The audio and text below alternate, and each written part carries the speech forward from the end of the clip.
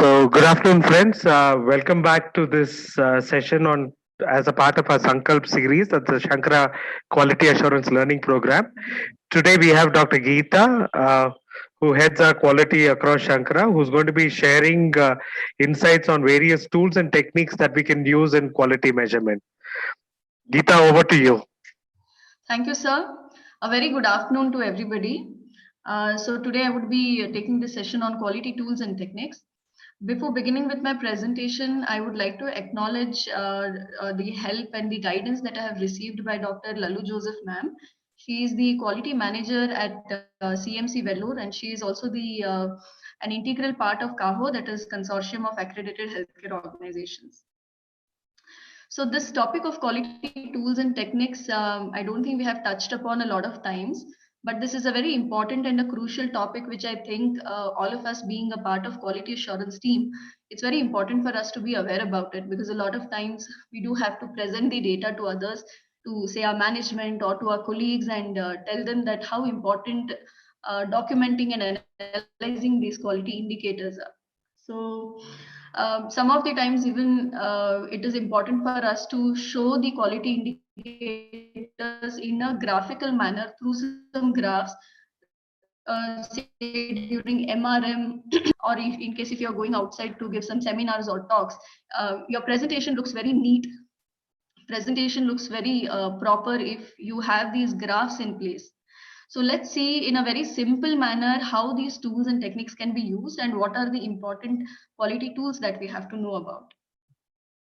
Now, suppose if I'm going to present this data to somebody and I'm going to tell them that, look, this is the average patient waiting time in a said period of time, in a couple of days, this is the average patient waiting time. And I'm just telling them like day by day that this is the data that I have. So how does it look? It's not quite easy to understand. But on the contrary, if you see this graph, it is very easy for me to explain to somebody what this is.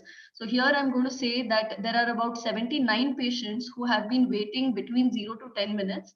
There are about 198 patients that are waiting in 11 to 20 minutes.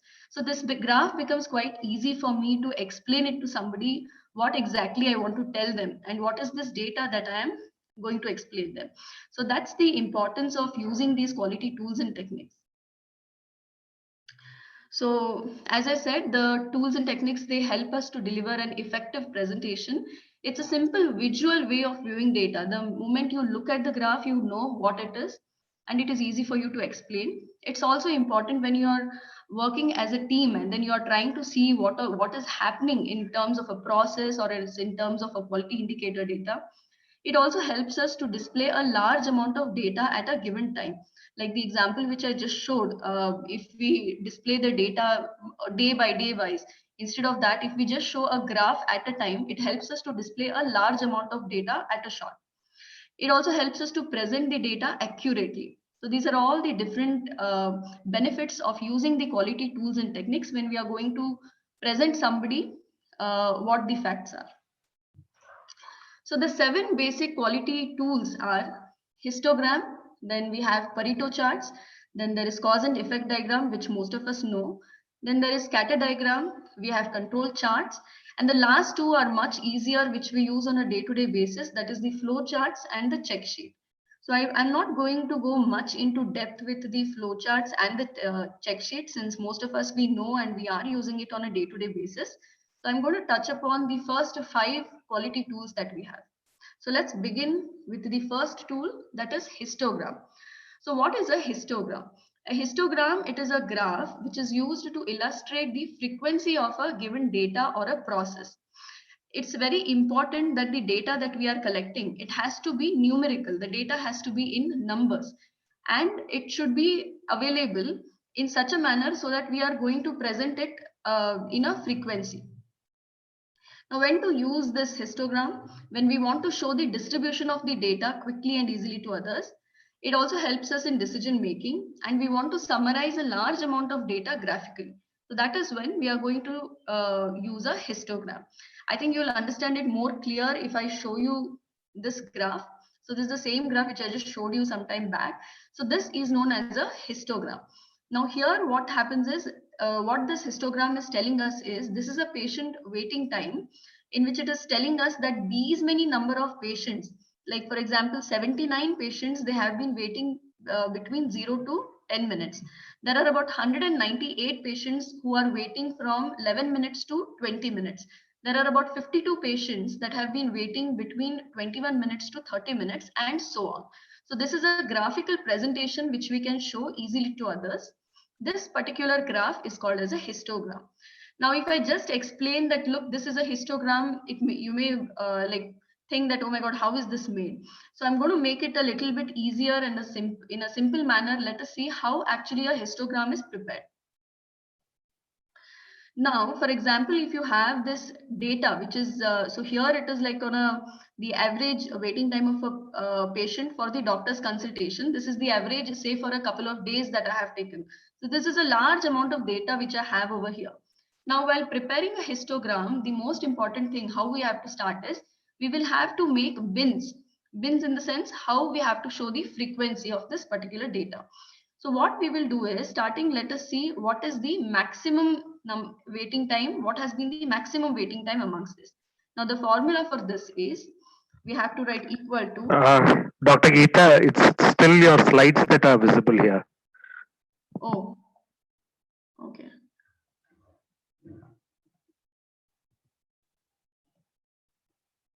Now, sir, is it visible now? No, I think you'll have to go to the share and change your settings there.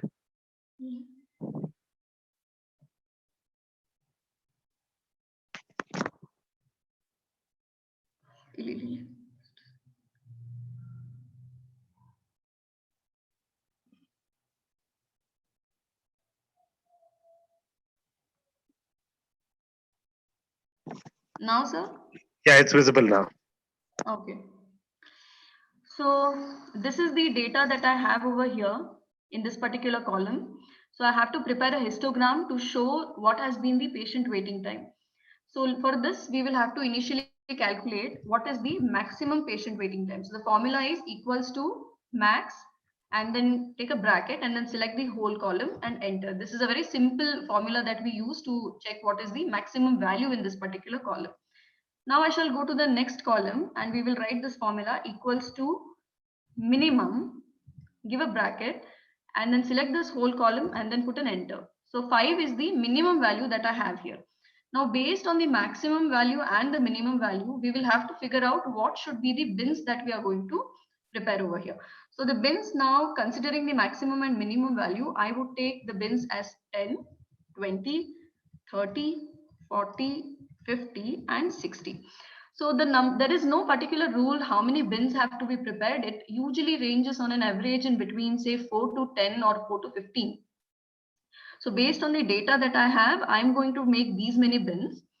Now, to make a histogram, what we have to do is, the most important thing is we have to just click on the data over here. Then you have an option called as data analysis. So click on the data analysis. Then you get this option. Amongst this, we will have to choose the option of histogram. Once you click on this, say OK. Now we will have to select the input range. So input range, click here. The input range would be this particular column. Then we have to select the bin range, the bin that we have prepared. So I'm selecting this. We will have to click a new worksheet. And then since I want a chart out of it, I'm going to click on the chart output. Once we are done with all of this, we'll have to say OK. Now here comes our graph. This is our histogram. So there are actually another 2 ways how we can prepare a histogram, but I thought this is the most easiest way, and hence I have used this particular method of creating a histogram. So through this method, when we are creating, there is something called as more and zero. So since this is not required, it doesn't make any sense. I'm going to delete it. So in this histogram, usually in a histogram, there is no space in between two columns. So what I'm going to do is just give a right click and then format the plot area.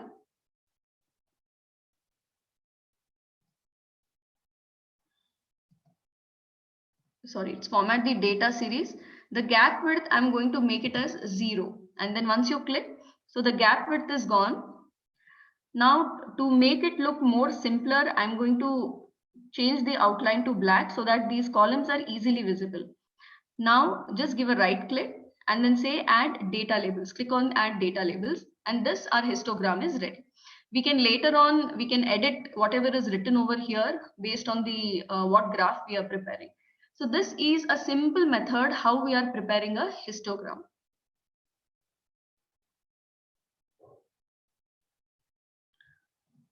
Now let us move to the next graph that we are going to see, that is our control chart. So I hope the presentation is visible now. So this is the control chart, the second tool that we are going to see. So what is a control chart? A control. Dr. Geeta, 1 second. Can you just put the slideshow view? Yes, sir.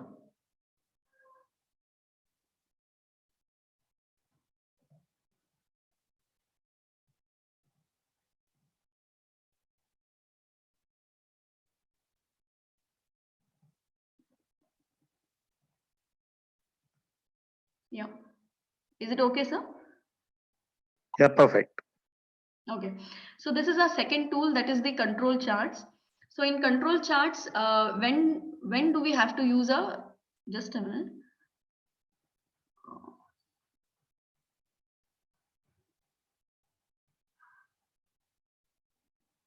Okay, I think there was it just ran out of the thing that I wanted to show. So control chart, we will see it later because that I have put it at the end. So the next tool that we will see is the Pareto chart. So a Pareto chart, it is used to identify and to prioritize the problems that have to be solved. So usually what happens is when we are trying to solve a particular issue in our hospital, we see that there are multiple causes that are leading to a particular problem. So it may not be easy for us or convenient to us to solve all of the problems at a time. So it's very important to identify those problems which have more weightage and which are causing those issues that are causing the maximum problems. So this Pareto chart, it will help us to prioritize the problems that we need to solve. So this was initially introduced by Mr. Wilfredo Pareto. He was an Italian economist who noted that 80% of the wealth was held by 20% of the population. And then Mr. Juran, he applied this Pareto principle wherein he stated that 80% of the variation in a process is caused by just 20% of the variables. So they say that there are vital few as opposed to trivial many. So there are just a few of them which if we address, then most of our problems are going to be solved. This is also known as the 80:20 rule because 80% of the problems are caused by just 20% of the issues. So it need not be 80:20. It can also be 75:25, or it can be 70:30, or it can also be 65:35. But the main important thing that we are going that Pareto chart helps us is to prioritize and to address the problem. So when we have to use the Pareto chart, we have to use it when there are too many problems or the causes that we want to that we can see, but we want to focus just on the significant ones. And when we are trying to analyze the broad causes by just looking at their specific components. If we want to effectively communicate to others what the problem is, then this Pareto chart is an extremely good tool. So let's see an example of how we can use this particular Pareto chart. For example, this is a data which I have wherein we have the reasons for the patient dissatisfaction in OPD of 2 months, say from January to February. So there are these different reasons that for the patient dissatisfaction that we can see. So the number of patients is given on the right side. So 15 patients, they have said that there is no mic or display board to know the token numbers. 25 members have said that there is a problem with mixing up with the follow-up patients. 100 patients have said that there are insufficient doctors and so on. So these are the number of patients. In Pareto, what we have to do is we'll have to segregate this in a descending order. So the value which has the highest weightage will have to come first. So here we have 111 number of patients, then we have 100 patients, 93 patients, 25 patients, and so on. So this data right now I have put it in a descending order. In a Pareto, it is always important that we put the data in a descending order. After putting in the descending order, what we have to do is we will have to calculate the percentage of how much value this particular criteria is having compared to the whole set of problems. So this is the percentage that is calculated for each of these criteria. Next, what we have to do is we will have to find out the cumulative frequency. So the cumulative frequency for each of these criteria, we will have to figure it out, and then we will have to calculate it in such a manner that in the end it has to be 100%. So if it comes 100%, that means that the cumulative frequency that we have calculated is correct. So we will see in detail. I will just show this in an Excel how actually it has to be done at the end of the presentation. So once we have jotted down all the cumulative frequencies, then we can plot this graph. Now in this graph, in this Pareto graph, you can see that there are these three main reasons of the dissatisfaction of the patient. If we address this, then maximum problems we are going to solve. So these have got the maximum weightage. So this is the importance of Pareto. It helps us to prioritize what we want to address based on how much weightage it has. So 80% of the problems will be solved if we concentrate on 20% of the issues. So addressing these 3 issues out of 9, it will solve 76% of the problems. So examples we will see at the end. The next tool that we have is the cause and effect diagram. So this cause and effect diagram is the most familiar tool that we all have been using. It was introduced by Dr. Koro Ishikawa, and it's also called as the fishbone diagram or the Ishikawa diagram. Now, when we have to use a fishbone diagram is when we want to show what are the causes that are leading to a variation in a particular problem. If there is a particular problem, what are the causes for it? So usually when we are representing a data through a fishbone, the problem is on the right side and all the possible causes are jotted on the left side. These causes, they are broadly classified into 5M and 1E. So the 5Ms are man, methods, materials, machine, money, and environment. Now this is a schematic diagram of how a cause and effect diagram is usually done. The effect or the problem is written here in the left side, in the right side. And then these are all the how we can distribute the particular root causes of the problem. So for example, here it is policy related, whatever problems are there, we have to write it here. People related or man related, we will have to jot it down here. Material related problems, then we have the methods or the procedure related problems that we can differentiate here. Then the plant or the machine related problems, we can put it here. So this way we can segregate all the different causes for a particular problem. Let us see some examples of it. Okay, so before that, when it is used, when we want to identify what are the possible causes for a problem, it also helps us to identify the areas from where we can collect the data. And it also helps, it's as a good process knowledge from multiple stakeholders. So we can rope in multiple people and then get all the different views from them. When we are working as a team, we can gather large amount of data, do a brainstorming session, and the fishbone diagram, it helps us to display what are the different problems, what are the different causes for a particular problem. And it is also useful when we are working in a team and there is not proper discussion happening, there is everybody is not on the same page. Then fishbone diagram, it also helps us in making sure that the team is concentrating on that particular problem. Now, this is an example of a cause and effect diagram. So in the Pareto chart, we had seen that there were these different complaints by the patients. So one of the complaints which had the most impact was the registration time too long. So the patients were saying that registration time is too long. So now here we have done a fishbone diagram and we are just trying to see why the registration time is too long. What are the probable causes for it? So this we have divided into policies related. So policy related, maybe the registration at any time, irrespective of the appointment time, it is not being followed. Man related problems, Suppose if there are new staff, if the staff are aggrieved, that is causing the registration time to be too long. Material related, suppose there are inadequate stationaries that are available at the registration counter, which is leading the registration time to be too long. Method related problems, for example, FIFO is not being followed, first in first out is not being followed, there is no separate queue for men and women, unnecessary information is being collected at the registration counter, which is eventually leading the registration time to be too long. Machine related problems, like there are inadequate signages or the instructions are not displayed properly, that also causes the problems. So this was an example.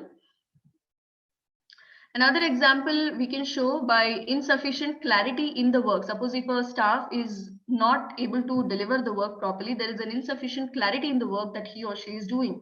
So we can be able to identify through a fishbone what have been the probable causes for it. For example, in the methods, we can say that there are multiple stations which is causing a confusion to that particular staff. Suppose if it is machine related, that the net bandwidth is not sufficient, if there are new equipments that have been introduced, there is lack of training that has been done to the staff, which is leading to insufficient clarity in work. There may be people related, like lack of training, ineffective communication, and so on. Environment related causes, like there are inadequate signages or the layout itself is complicated, which is causing the problem. Controls related, like there is not sufficient documentation or there is a failure in the feedback system, which is again causing to the problem. So this way, for a particular problem, we can identify what are the different causes. There's another example. Suppose if the problem is high waiting time. So for a high waiting time, what are the causes? So there may be again these many methods which we just saw. Methods, machine, patient, staff, and environment and controls related. So that was about fishbone diagram. Now let us see the next tool, that is the scatter plots. So a scatter plot, it usually shows whether there is a relationship between two variables or not, whether the one variable is having an effect on the another variable or not. So usually it shows the relationship between the independent x-axis or the x variables and the dependent y variables, whether there is a relationship between the two or not. Scatter plot, it helps us to show whether there is a relationship between the problem and the causes that are affecting it. So these are the different types of scatter plots. Example, the first scatter plot that we can see, it shows us whether there is any positive correlation or not. Suppose if the graph comes like this, wherein there is the graph is it has an upward variation, then it shows that there is a positive correlation. If it shows a downward trend, it suggests that there is a negative correlation. In case if there is no trend that is being seen, then it says that there is no correlation between the x variable and the y variable. To make it understand in a better way, so we have this example of a time being spent by a doctor and whether it has any relationship between with the patient satisfaction or not. So we are going to see whether there is any direct correlation between the time spent by a doctor and the satisfaction score. So here we have in minutes the time that is being spent by the doctor. And on the right hand side, we have the satisfaction score that has been given by each of these patients. Now this is when we plot it as a graph, this is the type of a scatter plot graph that we have got. And this particular graph, we will be able to see that there is a positive correlation because there is an upward trend. So that means that the time spent by the doctors has got a direct correlation with the satisfaction of the patients.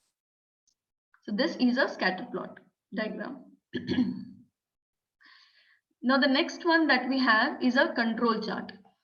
So the control charts, they help us to understand and to see whether a particular situation, it is under our control or not. So for this, we can plot the upper control limit and then the lower control limit, and then we can see whether the particular situation is under control or not. So control charts, they usually show how the process, it has been performing over time. Now to make this control chart, to prepare this control chart, the important thing that we need to calculate is the mean variable. Then we have to calculate the upper control limit and the lower control limit. So the upper control limit and the lower control limit, usually they can be calculated based on the data from scientific literature or else historical data or the statistical data like standard deviations. These are nothing like just like the benchmarks that we have for each of our quality indicators. And to each of the benchmarks, we can have an upper control limit and the lower control limit. And over a period of time, we will be able to see whether that particular quality indicator is within the control limit or not. They are also helpful to analyze a process before and after improvement as well. So in a control chart, once we put the controls over a period of time, after taking the necessary actions, we will be able to analyze and see whether this particular process or the situation, it has been under control or not.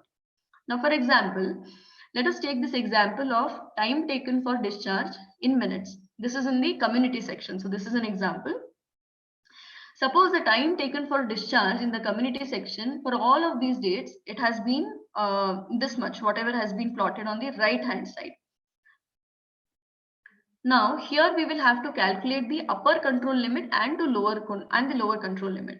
So before that, we will have to calculate what is the mean. So the mean is calculated, then the upper control limit has to be calculated. This is the formula for calculating the upper control limit. That is mean plus 3 into standard deviation. Then the lower control limit has to be calculated. The formula to calculate the lower control limit is mean minus 3 into standard deviation. So once we have calculated these three, that is the mean, upper control limit and the lower control limit, then we shall be able to plot the graph. So here you can see all of this has been calculated in an Excel. And this is the graph that we get. So in this graph, we are able to see that this particular process is well under control. In case if this graph had gone a little bit above this green line, then it would have depicted that the process is not under control. So anything that the graph that we get, if it goes above the green or above the upper control limit, it says that the process is not under control. Also, if it goes below the lower control limit, then also it suggests that the process is not under control. So that we will be able to identify it looking at the trend line. Now these control charts are usually made with the existing data. The data, of course, it has to be in numbers. And post implementation, the mean and the control limits of these control charts will again vary. So once we have set up the control limits and then we are trying to bring the process under control, we can later on again plot another control chart and then see whether now the process which was previously not under control, now it has come under control or not. So they're very helpful to analyze the process before and after improvement as well. And they help us to see how the process mean and variability is changing as a result of improvement. So this is about the control charts. Now this is another example. Suppose this is the time taken for initial assessment. So here we are able to see that the process is not under control because the trend line, it is crossing the upper control limit. Hence, this particular process is right now not under control. Now, since it is not under control, we have put in measures, we have put in the corrective actions. And then after a particular period of time, we are again jotting down a control chart. And then now we are seeing whether it is under control or not. So now here in the next graph, you can see that the process is getting pretty much under control day by day. So since we have put the controls in place and then the corrective actions in place, now you can see that the process which was previously not under control, it was crossing the upper limit. Now it is very much in control because it is below the upper control limit. So this is the importance and this is how we have to use a control chart. So to summarize, these are the 5 charts that we have seen today. So first one was the histogram. Histogram, it helps us to categorize the large amount of data and then it helps us to display this data very effectively, and at a glance we are able to see a large amount of data being categorically displayed. The next one that we saw was the Pareto chart. Pareto chart, how it helps us is, it helps us to prioritize the problems that have to be addressed. So for a particular problem that we have, there will be various causes. Now it may not be possible to address all of those causes at a time. Hence, we will prepare a Pareto chart and then we will see what are those issues what are those criteria that are causing the maximum number of problems. If we address those particular problems, then most of the patient complaints will get reduced or most of the issues will get reduced. So 80% of the problems will be addressed by bringing in the corrective actions for 20% of the causes. That is a Pareto chart. Cause and effect diagram, most of us, we are already aware. So this, we use it to find the possible causes for a problem. Whatever problem is there, what are the different causes for it? If we want to identify that, then the cause and effect diagram is used.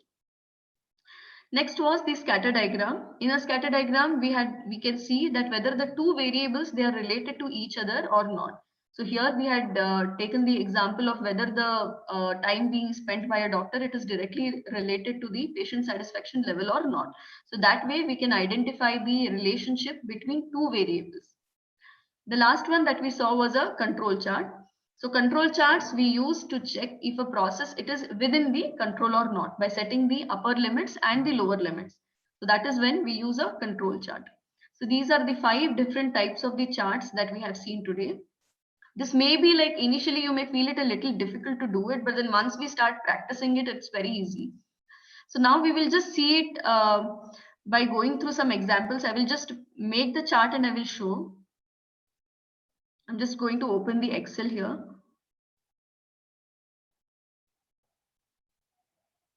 I hope the Excel sheet is visible now. Yeah, it's visible. Okay. So this was the histogram that we had prepared. So we had created the bins over here. We had, after looking at this particular data, whatever data we have, we will have to first figure out what is the maximum value in it and what is the minimum value in it. After checking this, we will get an idea of what the bins have to be there. What are the different bins that we can prepare? Once the bins are ready, we will have to click on data and then click on data analysis. So after you click on this data analysis, there is an option called as histogram. Click on histogram, say OK. Select the input range by clicking here. The input range is selected. Now select the bin range. These are the bins that we had prepared. So this bin range we have selected. Click on the new worksheet and then the chart output and then just say OK. So this is the histogram that we have got. And since this more is not required, we can just delete this. Now there is quite a lot of gap in between the two of the columns. So just to give a right click, format data series, the gap width, bring it to 0. So there is no gap in between the columns. Give a right click. The outline, we can make it black to make it more easily visible. And now the last step is just give a right click and then put the data labels over here. So this is a simple way how we can create a histogram. Now the next one, let us just see about the Pareto. So how we have to prepare the Pareto. So for preparing a Pareto, once you have the number of complaints, we will have to first put it in a descending order. Now in this example, I have already put it in descending order, like 111, then 100, 93 and so on. So it is already in a descending order. We will have to calculate what is the total. So the total you can calculate it by putting the formula equals to sum and then selecting all of your data. Now what we will have to do is we can just select all of these columns where we want to enter the data and then click on this percentage so that whatever data we are going to get will be in percentages. So this is a simple method how we are going to prepare a Pareto. Now we will have to find out the percentage of how much each of this complaint has got a weightage when compared to all of the rest of the complaints. So here we are going to put equals to and then 111 divided by 400, the total number of complaints, and then give an enter. Now again similarly equals to 100 divided by 400, enter. Similarly we will have to calculate the percentages for all of these criterias.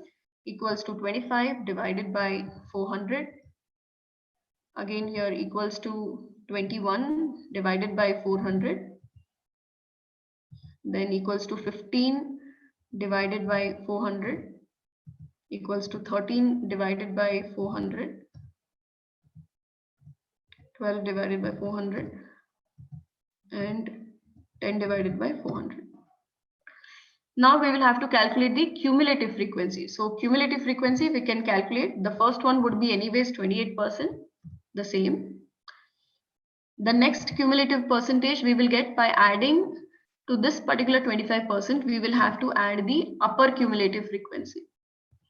So we get here 53. Similarly equals to 23 plus the upper cumulative frequency, that is 53, enter. So it is 76%, equals to 6 plus 76%, 83. Again, calculate the cumulative frequency, 5% plus 83. So similarly, we'll have to calculate the cumulative frequency for each of the patient complaint.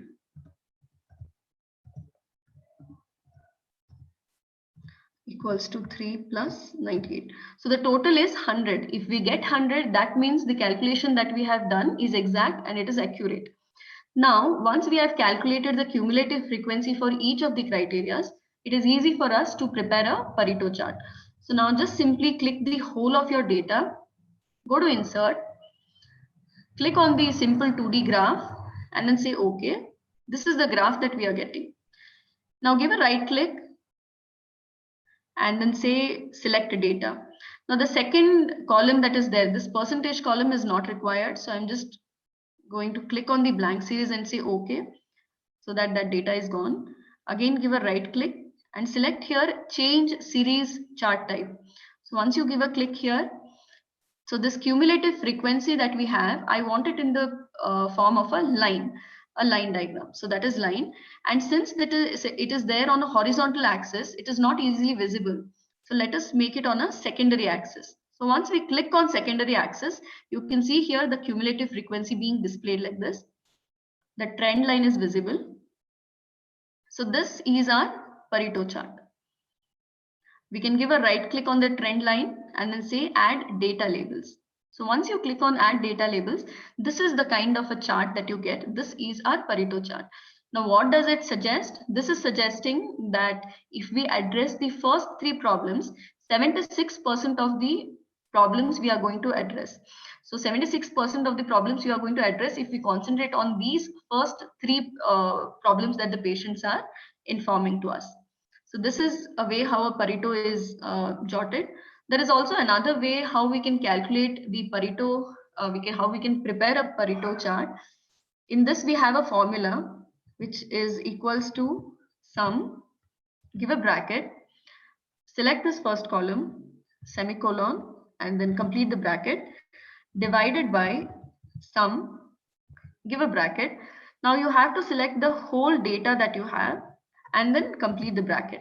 Now we will have to lock this formula. So to lock this formula, we will have to give a click over here, function and F4. So if we click function and F4, you will be locking the formula for rest of it.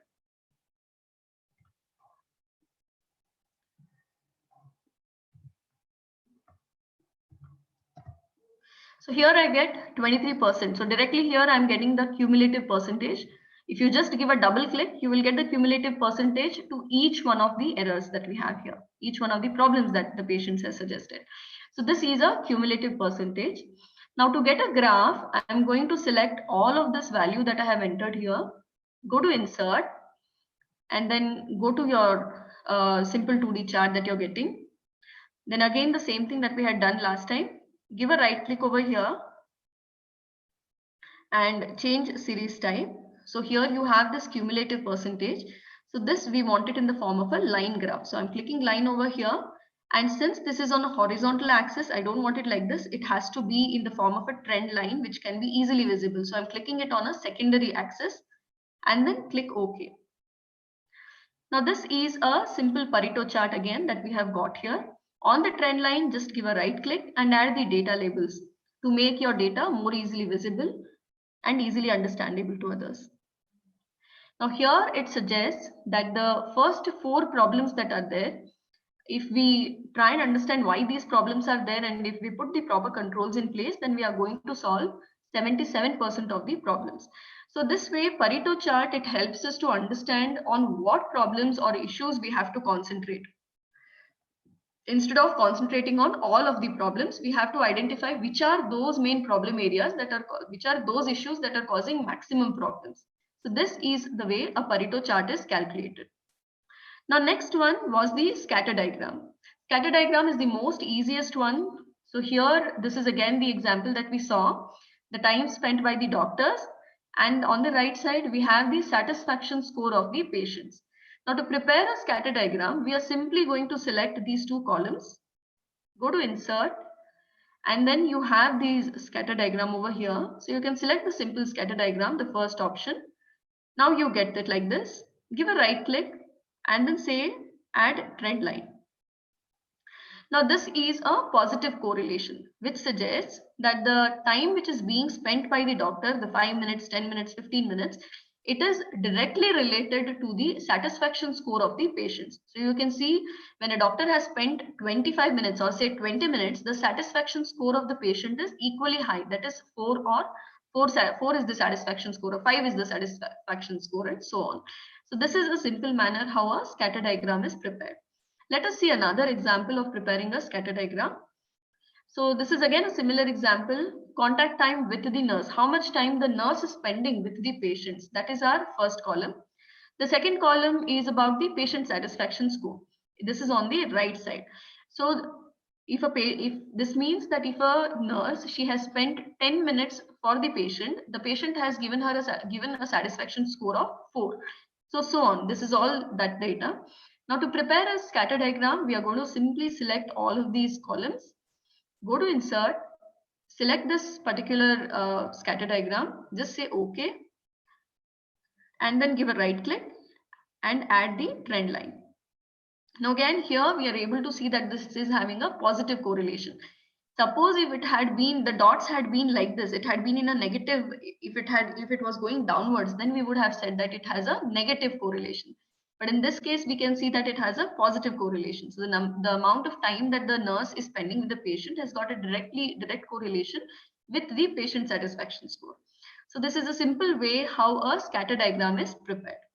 So we have seen histogram, we have seen fishbone, we have seen Pareto and a scatter plot. Now the last one we are going to see is the control chart. So control chart is the one where we can put the controls, that is the upper control limit and the lower control limit, and then we will be able to see whether the process is under control or not. Now for this, what we will have to do is, now this example that I have taken is the time taken for discharge. This is one of our units data, time taken for discharge in a community section. So this is the date on the left hand side, and then we have the time on the right hand side. So for the control chart, the first thing that we have to do is we will have to calculate mean, then we will have to calculate the standard deviation, and then the upper control limit, and then the lower control limit. Now, how do we calculate the mean? It's very simple. The mean is nothing but the average. So I'm going to put equals to average, and then I'm going to select the whole of this data, give an enter. So this is our mean. Standard deviation is again very simple to calculate. Just put equal to, then STDEV. This is the formula, STDEV, bracket, and then select all of this data, and then give an enter. So this is our standard deviation. Now the upper control limit, again there is a formula. Upper control limit is always, usually they say that the upper control limit and the lower control limit, they vary by plus or minus 3. So the upper control limit, the formula is equals to, since it deviates from the mean, it is the mean. Upper control limit is always plus, so plus 3 into standard deviation. Just click on standard deviation, click and enter, and this is the upper control limit. Now how do we calculate the lower control limit? In a similar way, equals to mean minus 3 into standard deviation. So this is the standard deviation, given enter. So this way we have calculated the mean, standard deviation, upper control limit and the lower control limit. Now we will have to plot the all of these over here. That is the mean, the upper control limit, and then the lower control limit. So the mean that we have got here is 68.40. So I'm going to write it here, 68.40.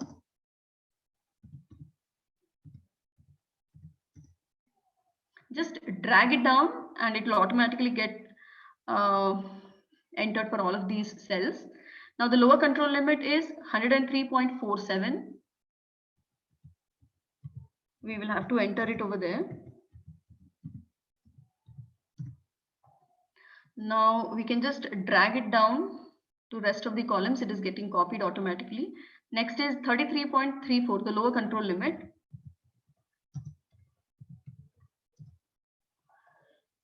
So we can just select it and then drag it down. It's automatically getting calculated. So this way, this is the raw data that we need to have to calculate a control, to prepare a control chart. Now, once we have all of this in place, just select all of your data, then go to insert and you get your graph. So this is how we calculate we prepare our control chart. So here you can see that our process is very much under control. We can add the trend lines if the data labels if required. So this is the time taken for discharge on an average. So this is the upper control limit in green that we have here, the lower control limit in another color, and this is the time that we are taking for discharging the patients. So since it is not crossing the upper control limit and it is not crossing the lower control limit as well, we can say that the process is very much under control. Had the trend line been crossing the upper control limit or the lower control limit, then we could have said that the process is not under control. So in this way, we can plot all of these different graphs, and we can use these various tools to show what the data we have. This is very important when we are doing our presentations, when we are when we have calculated our quality indicators, and then when we want to show it to all of our staff or to our management, especially during our MRMs, when we want to show that what has been the trend of a particular quality indicator, where it needs to be addressed. So in case of just telling all the raw data orally or just in an Excel sheet, if you present it in this particular manner in a graph, it is very easy for people to understand, and in a more appealing way we can give them all the information that we want. This is also very helpful when we go to seminars and to some workshops and when we are giving a presentation. So if you use these graphs and these tools to convey all the information, it becomes very easy for the audience as well to understand, and for you to present it more accurately. So this is all about the quality tools and techniques. It may look a little bit difficult initially, but in case if we practice it a few times and we start using it, then it is very easy for us to use and to understand. So I would request all of you to prepare some of the graphs using the data that we have in our quality indicators. Simple things are histogram we can prepare. We can prepare a Pareto as well, and a scatter plot also. So with the help of whatever data we have in the quality indicators, you can just try and prepare a few graphs yourself.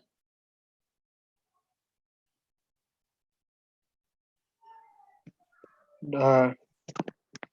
Geeta, if you can open your chat window, I think there are a few questions. Okay.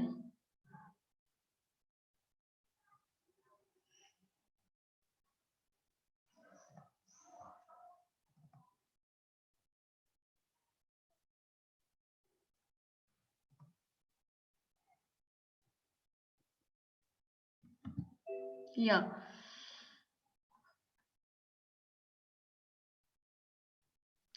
So one of the question is, in a scatter plot, what is the significance of negative correlation? So if there is a negative correlation, it means that there is an inverse relationship between two variables. And it also means that when one variable decreases, the other one increases. So what you'll have to remember is that when one variable increases, the other one is decreasing, and there is no proper correlation in between the two variables. The other question that we have is, in a control chart, shall we take benchmark value in place of actual average? Because it will depend upon collected data, not as per actual. So yes, we can take the benchmark value. There are options wherein you can modify the upper control limit and the lower control limit as well. So it is possible for us to take that particular benchmark value and then prepare our control chart.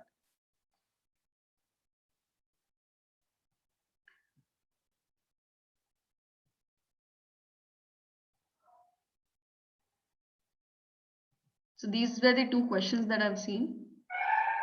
Yeah, thank you, Dr. Geeta. So I think there is a request saying that whether we could make available the steps of these preparing these various charts. So again, those of you on the YouTube stream, if you want to get the steps, please send in a mail request to quality@sankaraeye.com. And for the rest of you on the Zoom chat who are part of our team at Shankara, we will make sure that this chart is made available to you. So thank you all for joining in here today. Again, a reminder that tomorrow we will have a talk on informed consent by Dr. Kamala, who's an NABH auditor and also part of our team at Shankara Hospital, Shimoga. So thank you all for logging in today afternoon. See you again tomorrow. Thank you.